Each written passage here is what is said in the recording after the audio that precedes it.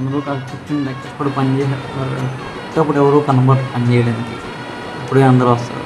అవునండి, అదే వినాయక చవితి.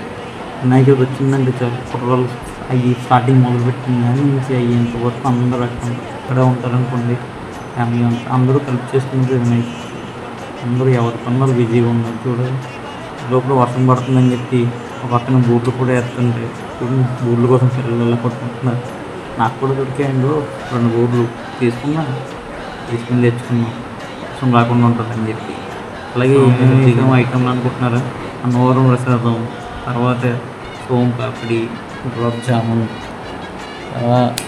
నేతి మైసూర్ పాక్, బూరి, మసాలా వడ, అరటికాయ బజ్జీ, మిరపకాయ బజ్జీ, అందులోకి పులిహోర, గ్రీన్ రైస్, మష్రూమ్ బిర్యానీ, వంకాయ జీడిపప్పు, వంకాయ గోంగూర, బంగాళదుంప, పప్పు, మామిడికాయ, కొబ్బరికాయ పచ్చడి, పడాలు, సాంబారు, పెరుగు, అరటిపండ్లు, ఐస్ క్రీమ్.